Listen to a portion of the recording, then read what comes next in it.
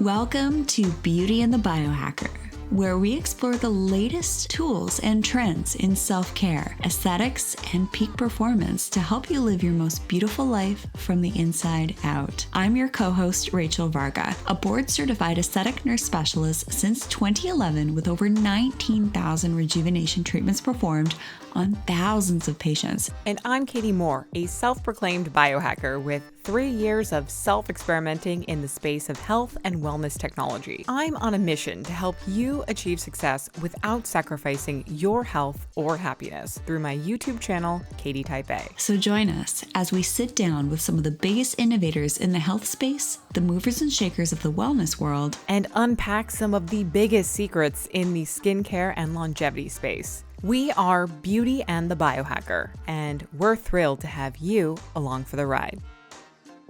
Hello, everyone, and welcome to today's episode on the Beauty and the Biohacker podcast. We have a pretty exciting guest today, and in today's episode, we're going to sit down with Wade Lightheart, the president and co-founder of BiOptimizers, to discuss digestion, enzymes, probiotics, muscle growth, metabolism, nootropics, biohacking, stacking. We are going to nerd out in this episode here.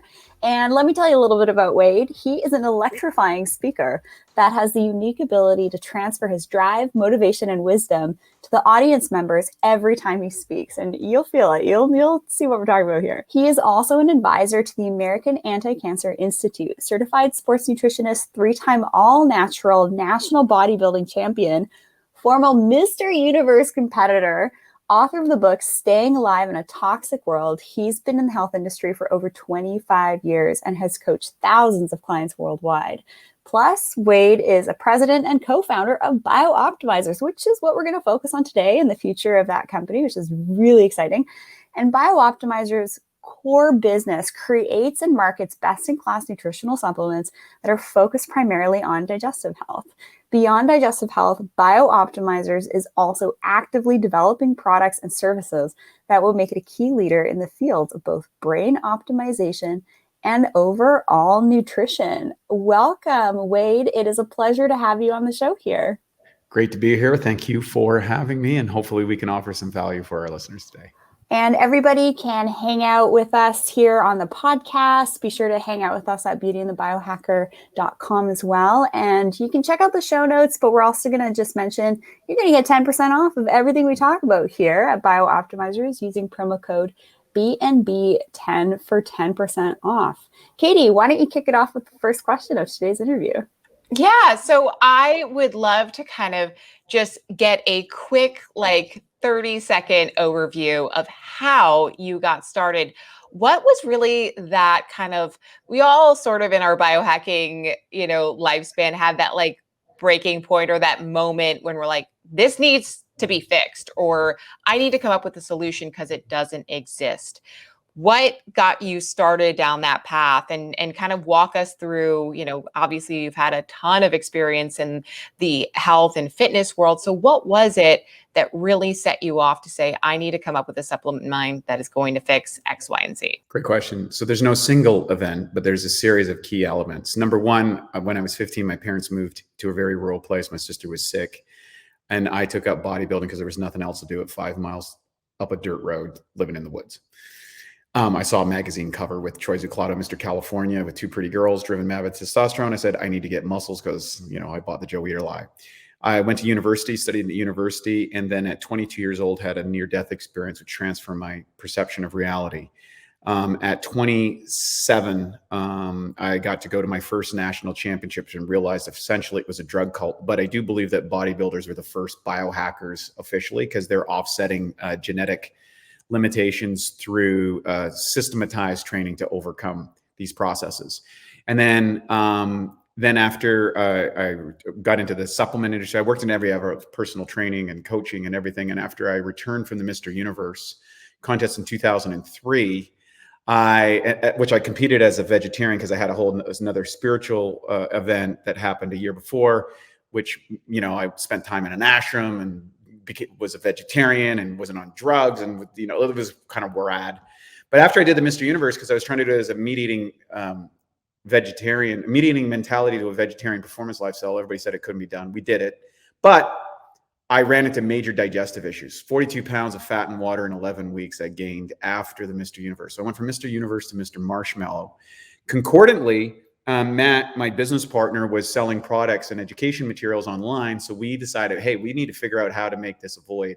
And then the third piece of that puzzle was a doctor who became my mentor at that time. He was a super vibrant senior citizen in his 70s that had overcome colon cancer and cirrhosis of the liver, and was an instrument in Bernard Jensen's recovery from bone cancer in his 80s.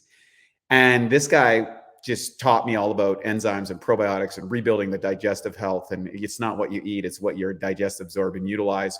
We went on his foundational system, transformed my own health, got my physique back, coached 15,000 people over the next 4 years as I worked out the performance parameters around aesthetics, because all these people were mostly sick. I wanted to not, I believe me, I loved working with sick people and helping sick people, and that was great. And I had a clinic in Vancouver at the same time. But I wanted to build superhumans, right? Like, I don't want Skodas, I want sports cars. And that's where Matt and our etymology is. And you can apply that principles to other areas. So I went 2.5 minutes here, but that's where we started our pre-foundations for the educational materials. And that led into supplements in 2005. Our first product was Masszymes. And we made a policy and a pact with ourselves. Number one, we're on a mission to end physical suffering and activate what we call biologically optimized health. I can get into that in a minute. But third, that we would only produce products that were first in class, best in class. If we couldn't do that, we would not enter the category. So that's how we got started. And then now, over the last few years, we've become probably, I would say, one of the more trusted brands in the entire biohacking, health optimization industry. So you said something really interesting there, activating ourselves. Can you expand on that? And don't be afraid to get a little bit woo here as well, biohacking and all that. But what did you mean by that? Well, okay. So within any single organism, living organism, there is an innate potential which is within the genetic code. So, for example, acorns will never turn into tulips, but an acorn will not become an oak tree unless the right conditions exist in order to bring that forth. You could sit it on a table for 100 years and nothing happens, put it in the right soil with a little bit of water and some sunshine, boom, oak tree. Not a tulip, oak tree. So within each individual, in the human species in particular, there is an innate potential within that. And unfortunately, much of that potential today is being shortchanged because we didn't understand the limits or the effects of rapid technological innovation and what happens when you put billions of people in urban cities and create factory farming using an array of chemicals. So now we have an increased life expectancy and an increased disability adjusted life expectancy. So people are expected to spend on prescription medications for the last quarter of their life. Children today are expected to live less longer than their parents for the first time in American history. And yet there is another breakaway group of people who are living longer, living stronger, being vital, being healthy, and they're leveraging technology. And this is called the biohacking industry, who are looking at strategic innovations that may lead to potential breakthroughs in both lifespan and quality of life. Health span. We call it the biospan, as the fusion between your health span and your lifespan. And so the idea is you want the arc to be as high as possible. You want as much health and vitality and the closer realization of the innate potential within you. The biggest, brightest, healthiest oak tree in the forest, if you will. And you want that potential to be extended as or certainly the active potential until it's time for you to make the exit, right? The inevitable exit that all humans make. And so our goal is to identify first what are the original obstacles that are universal. And that's why we started in digestion. 100 million people have digestive problems any given day. And there's good evidence to support cancer, heart disease, diabetes, and medical error, the 4 leading causes of death, are correlated to our diets and lifestyle. The Surgeon General said that 90% of the illnesses they treat is related to diet and lifestyle. And we have a vast array of foods that we've never created for, genetically modified foods, genetic chemicals, preservatives, dyes, processed foods, all of these things which are unique to the evolutionary process, which has gone on for billions of years. And so we had to identify those, which we do really well. We can get people from sick to healthy relatively quick if it's digestive related. And then it's like, okay, but now we've got, our brains don't work right because we're addicted to phones. We can't concentrate for long periods of times. Our nervous system is overclocked because we're staring into blue light and pounding caffeinated drinks like they're going out of style. So how do we offset the consequences of our currently digitally integrated lifestyles? And that's what we do. One of the things that you brought up that I kind of want to sort of dive into the deep end with you on is digestion. Yeah. This is obviously something that I think a lot of people listening to this show are going to relate to. And I got started with your products using Masszymes. And for the first time, I actually could feel what enzymes do and how they work, as opposed to, trying papaya enzyme, or there's so many on the market these days. Correct. Your products are different. I would love for you to, first of all, talk about what is that like kind of differentiating factor from all of the other enzymes and different types of, supplements for aiding digestion on the market.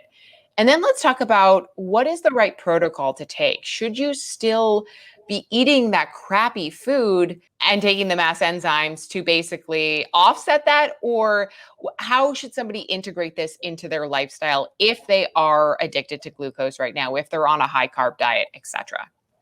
Great questions. So let me first describe what an enzyme is. The only thing that does work in the body are enzymes and probiotics are essentially mobile symbiotic units that work with our body that produce a variety of enzymes. Enzymes are the difference between the living and the dead. Stones, plants, people are defined not only by the structure of them, but how enzymes interact with the DNA of that organism.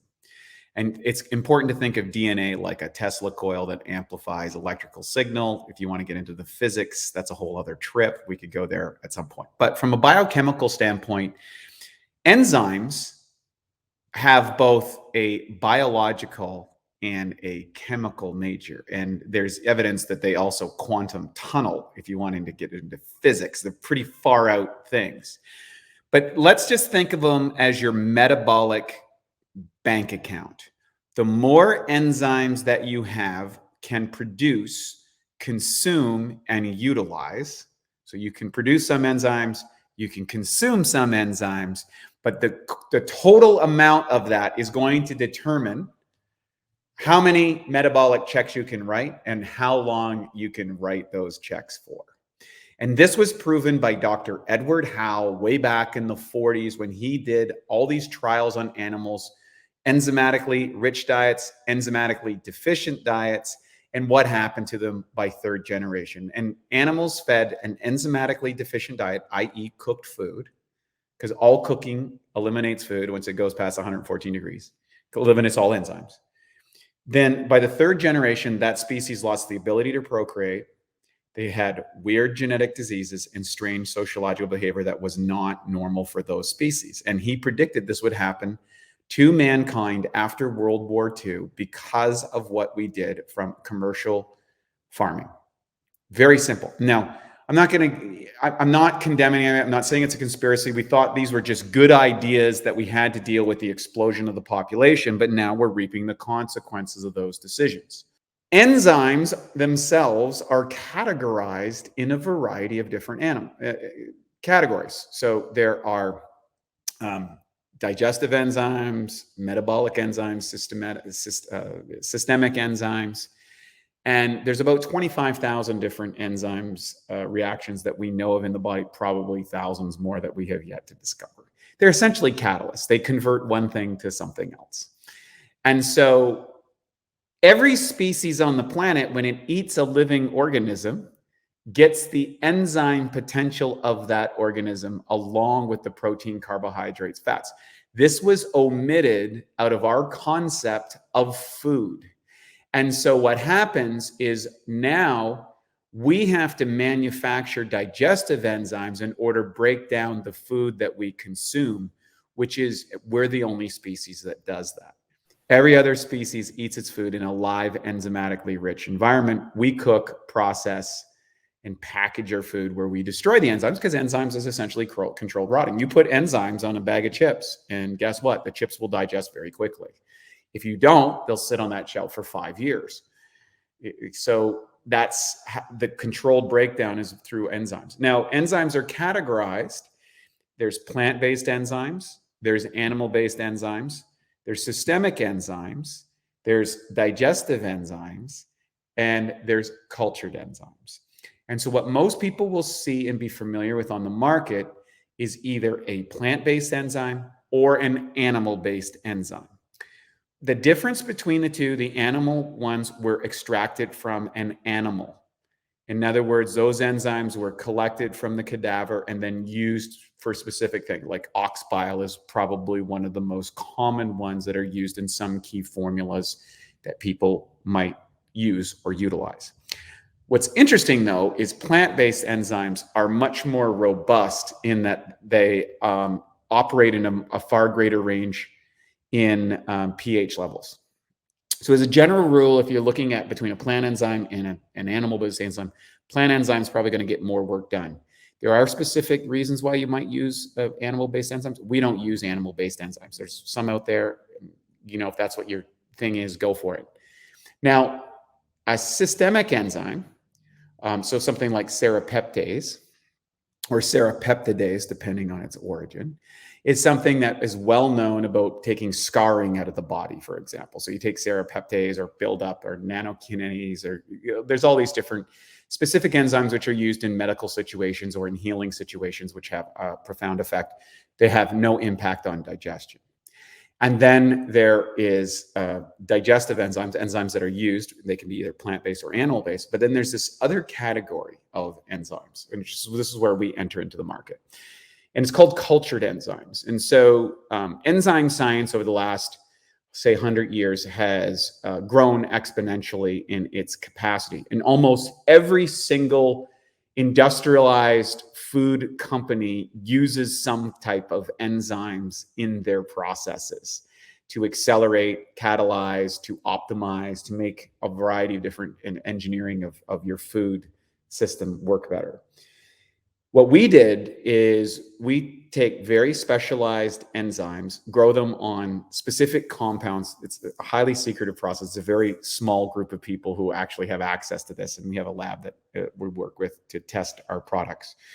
We'll talk about that in a minute. But we're able to develop enzymes, what they're called cultured enzymes, using these methodologies, 100 to 1,000 times more powerful than an enzyme listed on a bottle. So for example, you walk to the store shelf, there's one bottle that's $20 and one that's $150, and it says it has protease, amylase, and lipase. Well, what's the difference between those two? One is using either animal or plant-based enzymes. One is using cultured. And the more expensive you go, the cultured enzyme is going to have a far greater impact. So when people said, well, I've tried enzymes and I don't know what they're like, I'm like, well, try ours. And one of the great acid tests I do is like a bowl of oatmeal. Throw a couple of our capsules in a bowl of oatmeal and stir it up and watch what happens. It digests it. We digest steaks on video, in time-lapse video, which would work much faster in your body. But we've developed processes over the last 17 years to make our enzymes more potent, more effective, more universal. And we strategically place different enzymes at different ratios based on the dietary habits of the population. So mass enzymes, which are enzymes for the masses, have 17 particular cultured enzymes and enzymes cofactors that'll digest just about anything that you eat. And then there's specific enzyme formulations that we have cultivated for specific diets, which are leaned more based on that dietary practice. Can you tell us a little bit about, I know that Katie and I are really interested in how you manufacture and how you source. So We'll let Katie get into the weeds of that one, because I don't know if you know this, but Katie's a professionally trained journalist, so she knows how to ask all the right questions. Well, also, I won't give away some of obviously our trade secrets or whatever, but I will provide you. So in the world of enzymes, there are raw material specialists who different parts of the world. For example, proteolytic enzymes, there's a lot that come out of Japan. Japan is, and most Asian cultures are superior in their enzyme formulation. They spend a lot more time and energy. Enzymatic and fermentation processes have been inside their cultures for thousands of years, and they're fairly sophisticated. So a lot of your raw enzymes that you're going to get are going to come either from Japan or China. There are some enzymes which are coming out of Europe in different types. And then there are lab-based enzymes, which are usually from the pharmaceutical side, which they're using specific enzyme formulations that you can sometimes access as a nutrition company, sometimes you can't, because some are pharmaceutical grade and where they're designated. So for example, Japan enzymes are classified as drug like a drug category. Same thing in Germany. So they see these as medical intervention devices, which is not the case in the United States, which is a little more free flowing. And of course, China will produce anything. And there's a wide range of quality that comes from those sources. And you can, oftentimes they'll invite you, say, well, do you want this quality, or this quality? Then you take all those multiple sources from around the place and you bring it into house. You test to see that it is what it is. And after this many years, you get to know who's making the right products and stuff. And then you strategically combine it and test it in your own lab and see what happens and see if you can get a result that works. So in taking mass enzymes, I mentioned before, it was honestly something that changed the game for me in my perception of what you can actually get from enzymes. But the issue that I could see is people becoming dependent on them, right? Like, just what is that? Like, do you recommend cycling on and off? And how often should that happen? Or could you literally take these every single day for the rest of your life? And is that healthy?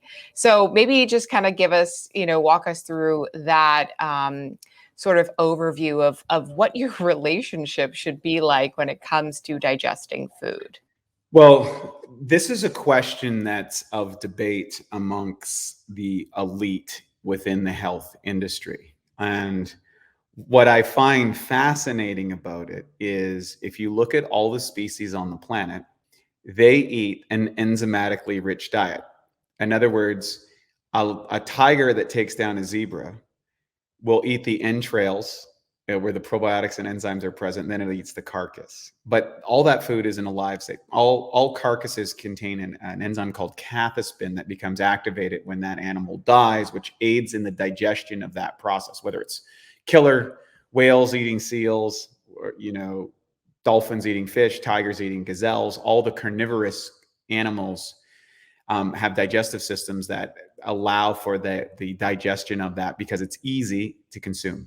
A bear, which is an omnivore that's having both salmon or blueberries, let's say, is also eating its food in an enzymatically rich state.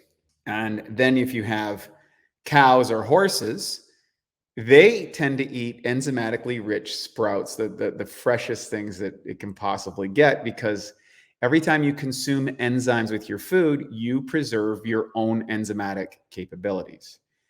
Now, there's a thing I call turkey dinner syndrome, and we've all experienced it. Thanksgiving dinner, Christmas dinner, you gather the family around, you have the big turkey, the potatoes and the dressing and the carrots and a lot of healthy food, what would be categorized as healthy food. And you go back for another helping, and then, grandma brings out the apple pie or whatever it happens to be, the special thing, and you go for another one. And then what happens?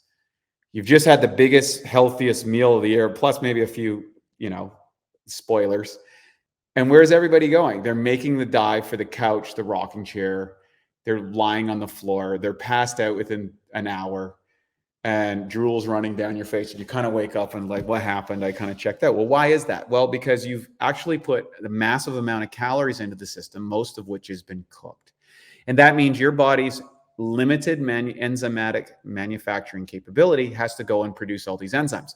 But you're producing 25,000 different types of enzymes in your body.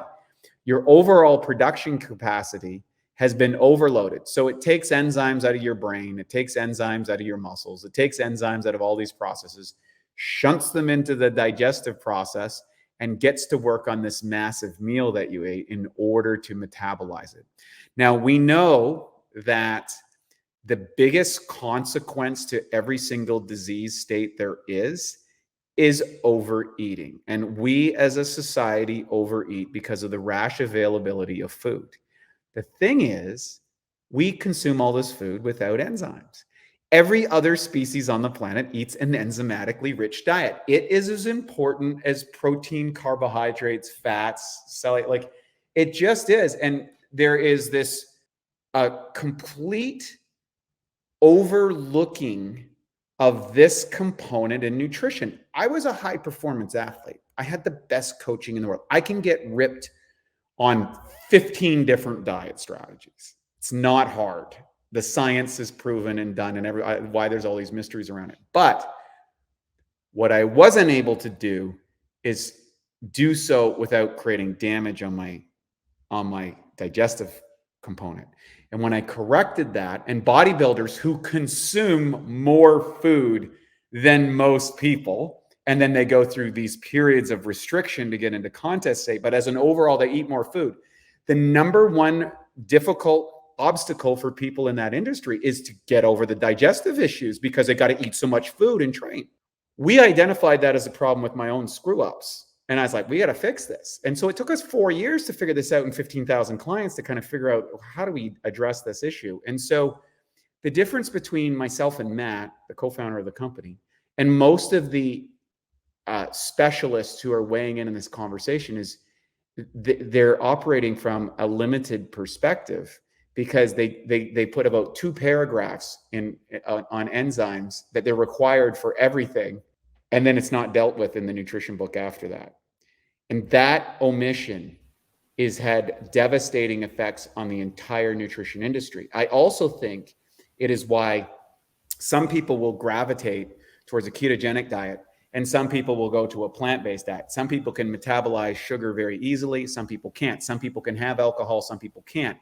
What we have noticed is that usually through either genetic inheritance, exposure to toxic chemicals, or an overconsumption of processed foods of a given category early in life will usually lead to an enzymatic deficiency on that particular pathway, which will lead to some pathogenic development. So when people say, oh, I can't eat this because I get infected or get stuffed up, well, they got undigested proteins, or I don't make the neuropeptide chains to make my brain happy.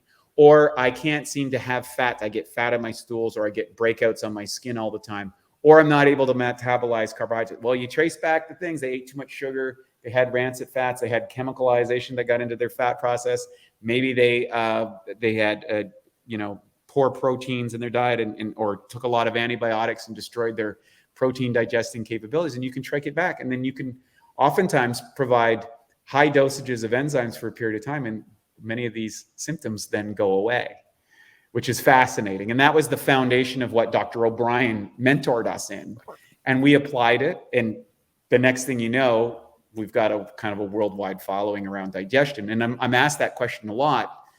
And there's a fear, I think, within the nutrition industry. And that fear is based with lack of experience, that, well, if I take enzymes every time, I'm going to be dependent on them. Well, that's actually innate to every species diet. You mentioned something really interesting, that every living thing has enzymes. Rocks doesn't have enzymes, but animals, plants have enzymes.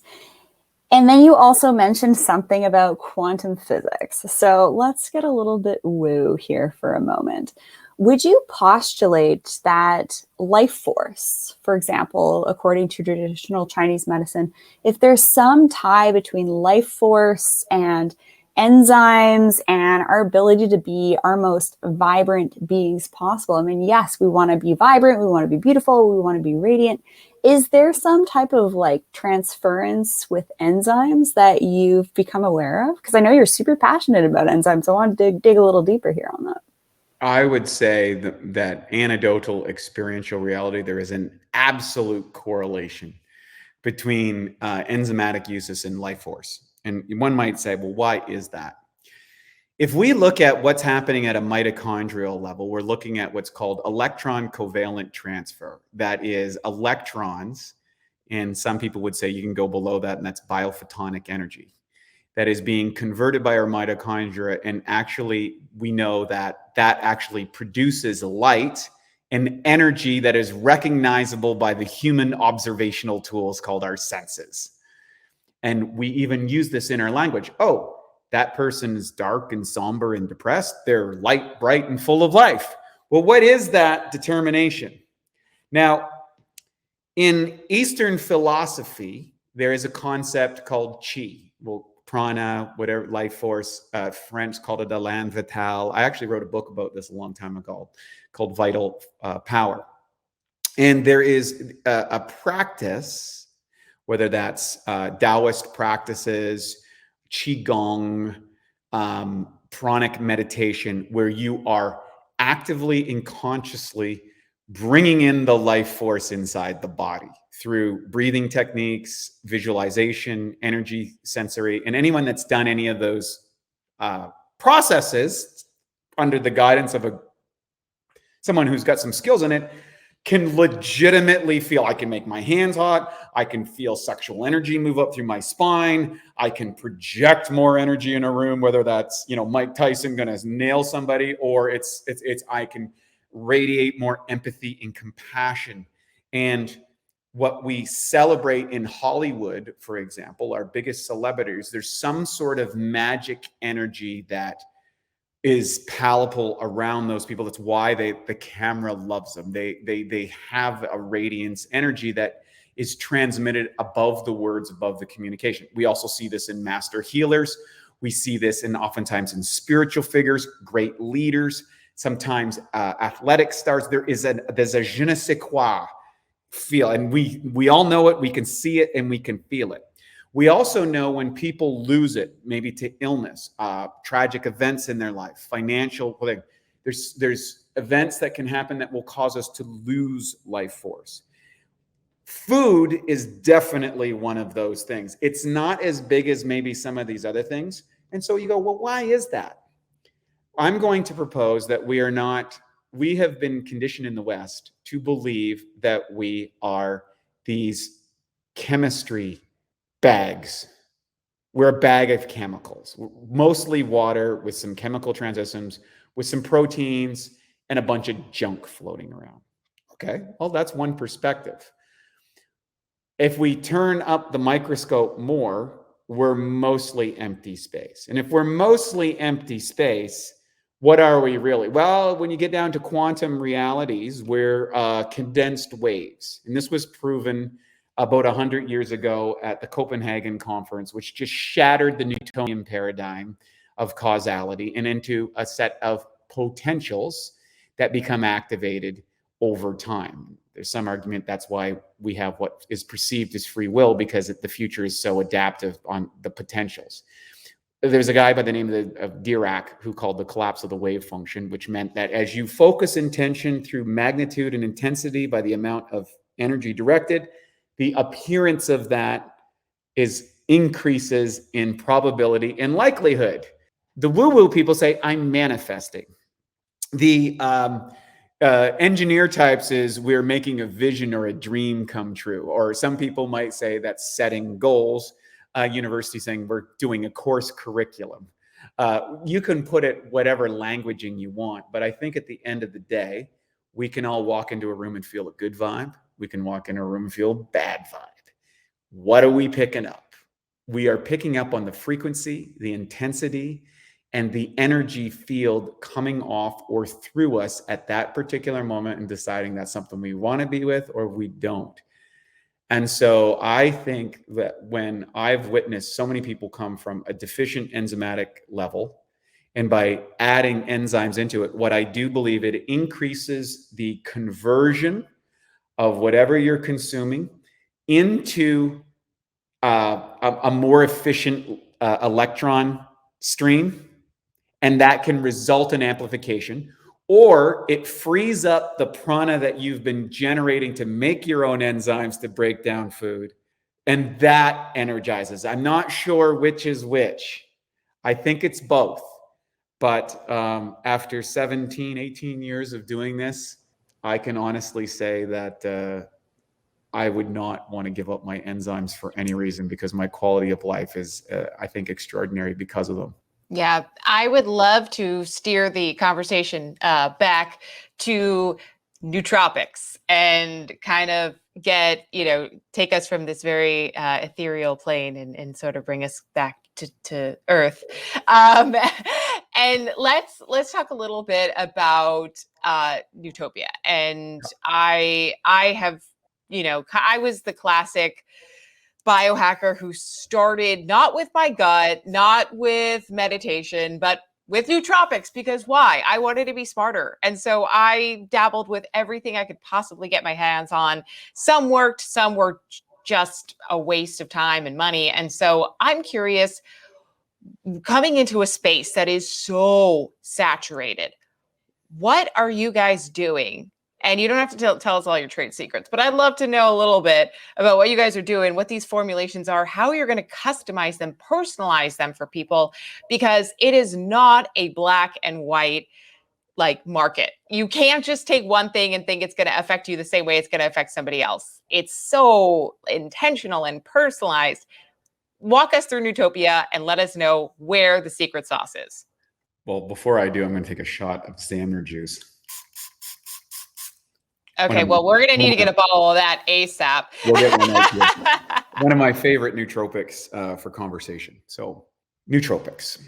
Let's get with the basic definition of nootropics. Nootropics are chemical agents either produced by the body or exogenously, or through a combination of those two, endogenous and exogenous processes that enhance various cognitive functions in the body. Most of the nootropics that have been known to work have been made by pharmaceutical organizations to start with, have a variety of negative consequences. Particularly, they were a lot of them were addressed, whether you could get into the more harsher drugs. And I'm not advocating any of these things, just let's be clear about this, but let's talk about the history of this. If you take cocaine, you take Adderall, you take speed, you take all the ADHD drugs, if you take modafinil, these are all chemical extractions of specific combinations of chemicals that lead to maybe focused or increased drive or influence of dopamine receptor mechanisms and stuff like that. The spin on those leaves a dirty chemical thing. So it's like the old cars that just go fast, don't handle that well, and pollute the oxygen in the air. And so the health and wellness industry said, well, let's go back to Ayurvedic medicine. Let's go to Chinese medicine and look at the herbals, because many of the drugs were derivatives of that. The herbals tend to be better tolerated and less potent. And so there's an array of herbal combinations that are out there. Now, neuroscience, as it is in the Western world of where these are developed, poo-poos Chinese medicine. And they don't see the cross correlation, but this is something that we do. Dr. Charles Poliquin, the nutritionist and strength coach who trained gold medalists in 27 different sports, was the first person I became aware of that bridged the gap between Eastern philosophy and brain and Western science, in that he realized the Chinese model actually addressed neurochemical dominance. I cannot thank Charles Poliquin for this, because he would give what's called a Braverman test, which would determine what is the dominant neurochemicals. So in athletes, he said, you are not going to be a gold medalist if you do not have an acetylcholine or dopamine-based neurochemistry. Forget it. You're just not going to stick with it. You're not going to have the drive. You're not going to get the reinforcement patterns. You're not going to be able to tolerate the pain, Then there's more artistic types, which or emotional based, serotonin, acetylcholine, GABA. And what's interesting is he realized that there was a correlation between neuroscience and Chinese medicine. And we're like, oh, well, that means we have unique neurochemistry. And so Matt and I, crazy biohackers that we are, just started buying ingredients and capping up really bad tasting stuff that had a variance effects. And we have slightly different neurochemistries. And what we would notice is he would like something I wouldn't. Then at the same time, there was a wide variety of offerings that came out in the nootropic world, most which were dealing with nervous system stimulation. In other words, let's crank the nervous system, stim. And the drivers, the dopamine driving people or the acetylcholine dominant will get something out of it, but they're going to need more and more. And it's really a second-rate cousin to these harder drugs like Adderall and modafinil that half of Ivy League and is dependent on in order to get their grades. We're like, that's not going to work because we need to get to customize. And the good news is on our quest, we went through a lot of people, a lot of places, and we found a guy who had a history of neurochemical issues in his family. And he happened to have a very high IQ and was dealing with some very elite people who he was customizing blends for. And so we got him to start customizing blends for us based on what was going on. And the results were great. And what was great is we could dial something in for Matt and we could dial something in for me. So then we opened it up for our team. Like, well, what about this guy and that guy? And so we started doing this. And then it became so fun because we were able to increase the productivity of our team members radically. Our business started to grow exponentially, and it started to grow while feeling like it was easier. And so we're like, okay, this is significant impact. Dealing with our chemist, though, he's like, well, I've got all these different things to do. And so we said, hey, how about we just buy your company? And we do what we do. We're good at customer service. We're good at sales. We're good at marketing. We're good at systems and operations that we built over 18 years. And we just put you in the lab, figuring people out and optimizing those systems to do that. And so that's what we did. And we came up with this company, which we call Nootopia, which is a utopia for your mind. And our first offering was kind of crazy. We released 9 different nootropics simultaneously.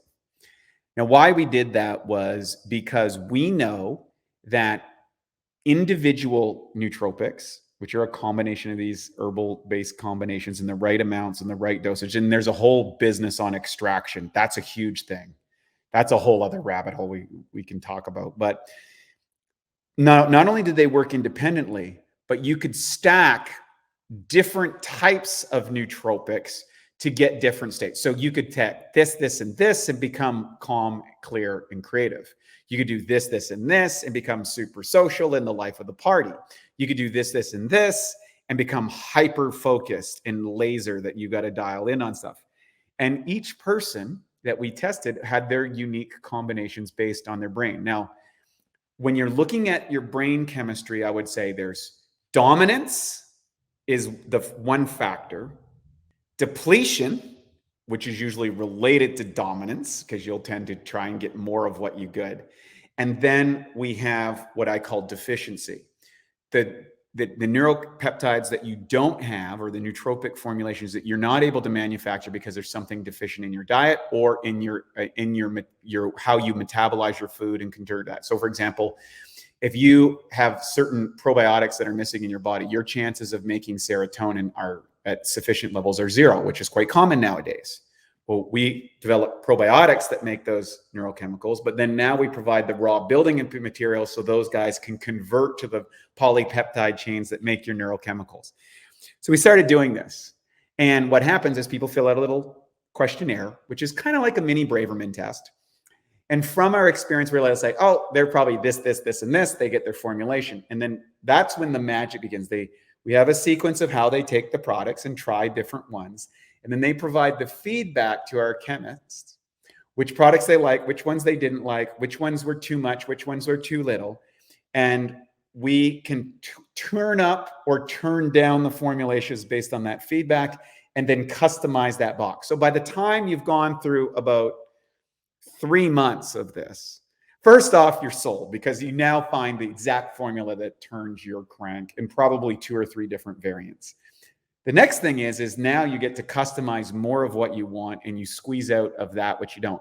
So we're the first publicly available, customizable nootropic company that allows you to dial in your brain exactly for your unique chemistry and what you want to achieve from a performance parameter without any of the negative side effects that are associated with drug use, without the overclocking of the the neurological system.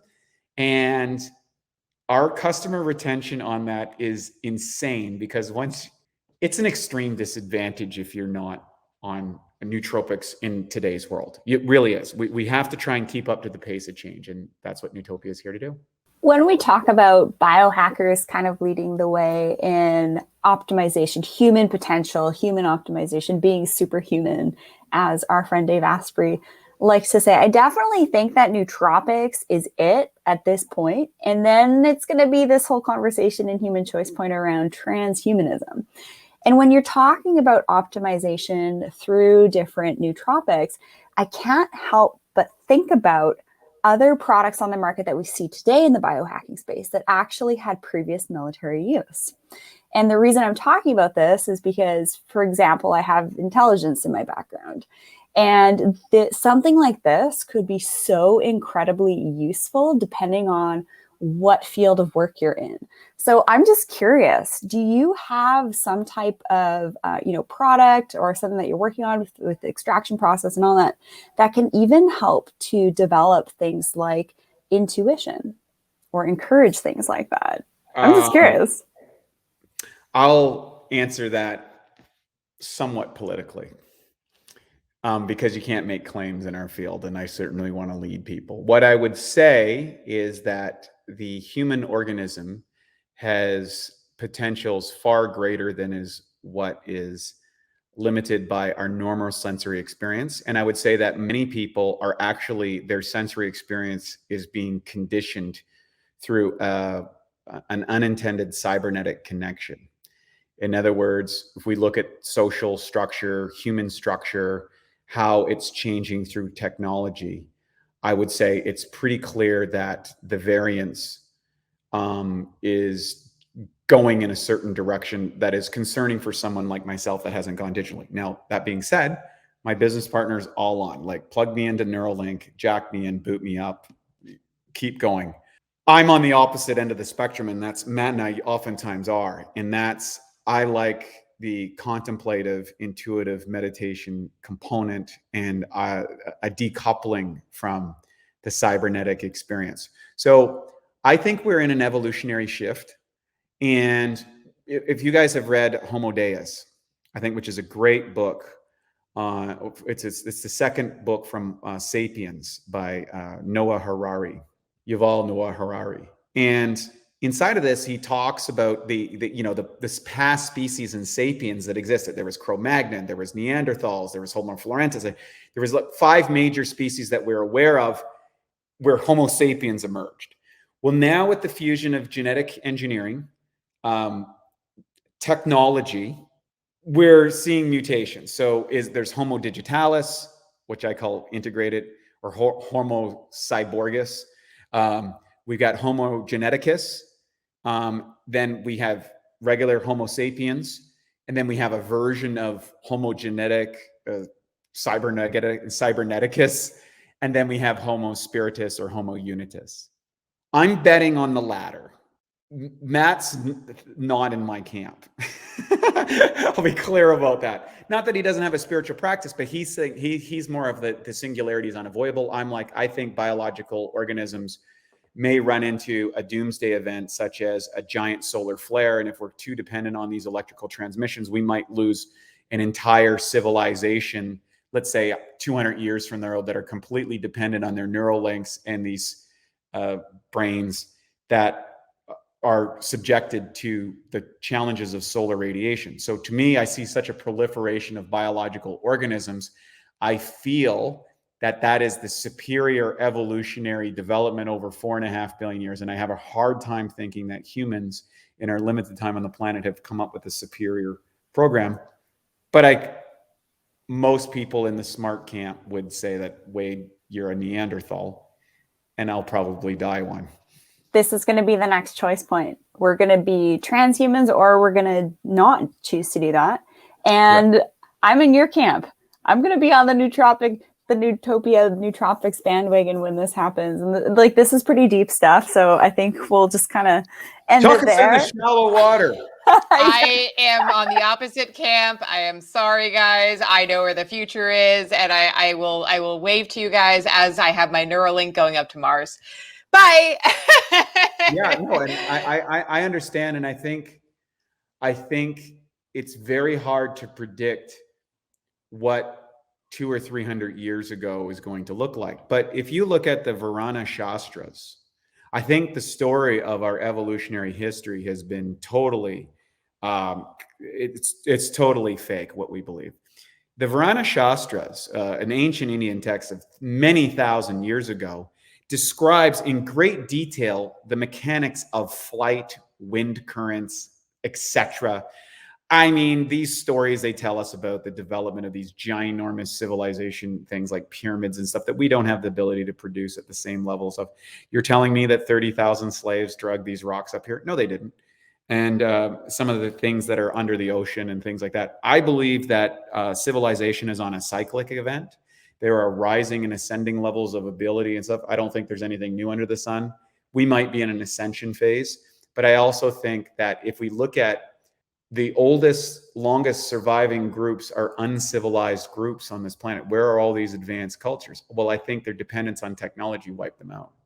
I will definitely give you that. I will say, and one of the things that I've actually learned in the last few years of biohacking, we can kind of wrap up from here, is there has to be a balance, because if you do too much of one thing or too much of another, then you start to, you kind of go crazy, or you get so stagnant in your own ways. And so I firmly believe the future is really going to be a perfect blend, a mix of some of this tech and some of the kind of the nature practices and more of that. But like, if you don't have both in the equation, I see trouble happening for so many people. So that's where I'm trying to strike a balance for myself.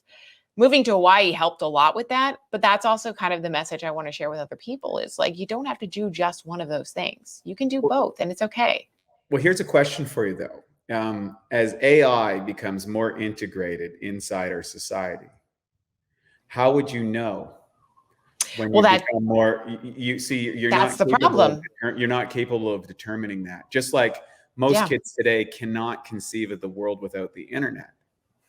I know, and it's and that is certainly going to be the biggest issue that we face as a society, is not even perceiving when it happens right in front of our face, and so it's a little scary.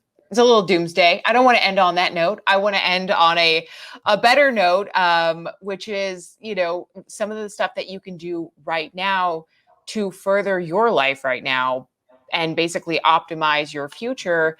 It starts with just taking care of yourself, right? Like, a lot of this comes back to the self, right? And if you want to show up in the world for other people, if you want to be a better wife, a better mentor, a better student, like, you have to put your oxygen mask on first. And so a lot of that does stem from taking care of your own body, mind, and spirit. And so, I think we covered a lot of that today. And so I think, that's a really great place for people to kind of, they want to learn more. And you guys have so much educational content, which I commend you guys for.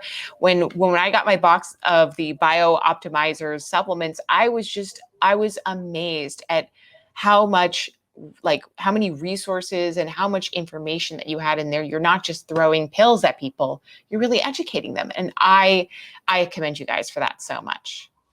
Thanks. Well, you cannot supplement your way out of a bad lifestyle. The foundation of your philosophy needs to be grounded, and it needs to be extremely mindful of the momentum that is built into civilization right now to take you into dependency on the pharmaceutical industrial complex. Your marketing, your advertising, your lifestyle, your job choices, your distraction units, the TV, the phone, the computer, all of those are working against you, and the statistics and evidence are overwhelming. So step one, recognize where you are at. The obstacles are real. And if you do not develop a conscious practice around your health, you will become dependent on that system because that's what it's designed to do. Second, I've created a philosophy called the Awesome Health Formula. We'll give it away to you guys. I give it away for free. It's 12 weeks, the foundational principles: air, water, exercise. Those three things, a deep breathing practice, and a focus on hydration every day of the cleanest possible water that you can get, and you can infuse it with a lot of different things, and daily exercise that you are going to do. You need to cover those three things before you do anything else. Before you pick up your phone, before you go to the gym, before you do anything, you have got to invest in your health. If you do not do that, you will pay the consequences of it. Mother Nature is brutal. It has laws. You follow those laws, you do okay. You don't follow those laws, it doesn't care about you. You die or you get suffering. So that's the first thing. Exposure to sunlight. Living in houses, we haven't got enough light. Light is probably the biggest amplifier of everything. Get out in the sun, get your skin exposed to the sun as much as possible. Run around naked in your neighborhood if you have to. It'll cause a lot of entertainment, if nothing else. And then, what are the things that make your body work? Enzymes, probiotics, minerals, vitamins, essential amino acids, essential fatty acids, and herbs. So healthy, natural state diet with good digestion so that you can absorb and utilize those things. Get the right mindset. Instead of turning on CNN, instead of turning on the news, instead of turning on the latest garbage, in that morning when you're going for that walk, you're going for the run, you're going for the workout, you're going for the yoga session, put on something that uplifts you, makes you feel good. I don't care if it's dancing to 70s disco or listening to the latest Joe Dispenza CD. Do whatever you need to do. Listen to that. And then the biggest thing is, it's very hard to be all that you can be right now today if you don't have the right education, you don't test where you're at, and you don't have coaching.